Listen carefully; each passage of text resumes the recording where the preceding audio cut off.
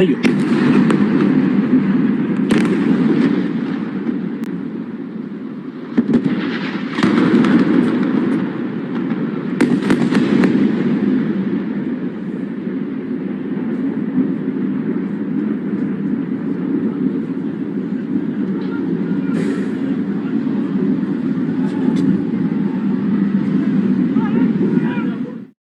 أيوه.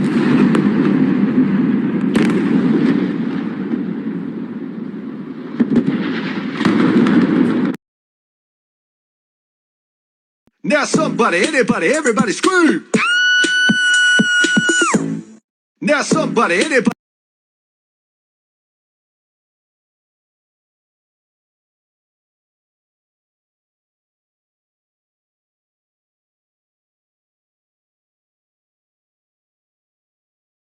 Breaking news from Lebanon. A man was arrested just for posting a TikTok video with an Israeli flag. He chose Israel as his favorite country. The authorities didn't like that and took him in. In Lebanon, it's against the law to have any contact with Israelis. So much for Lebanese freedom of expression, right? As an Israeli, I wish for peace with Lebanon. It's time to put our differences aside and unite against the radicalism that's tearing our region apart. Like this video if you agree with me. Breaking news from Lebanon.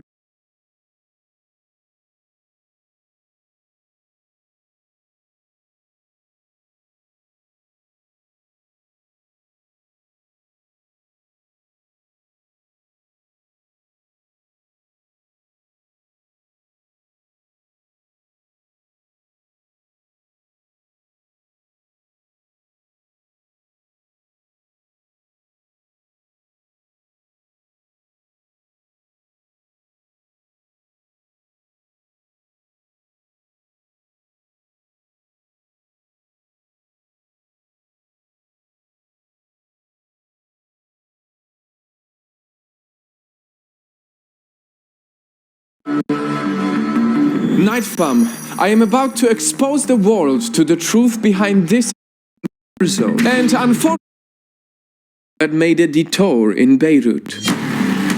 The owner was unable to pay the port fees, so the ship had to be left there. And because of what was inside of that ship, it was a ticking bomb.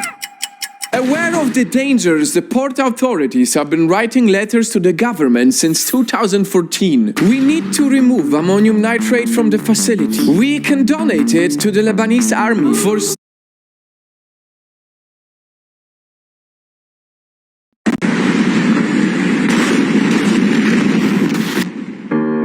A night of horror in Beirut, with sirens blaring into the next morning.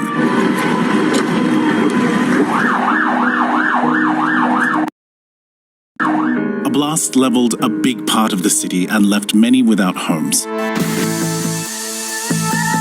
At around 6 p.m. on Tuesday, a massive explosion at Beirut's port shook the Lebanese capital, leaving dozens dead and thousands injured, according to initial reports. The explosion was so strong that it was felt in the island of Cyprus, around 240 kilometers away. While people were filming the initial explosion at the port, which appeared to many as a distant fire, a much larger explosion followed, leaving many in shock. Lebanon's Prime Minister Hassan Diab said that an investigation into the blast would focus on an estimated 2,750 tons of ammonium nitrate stored at a warehouse in Beirut port, where it had remained for 6 years.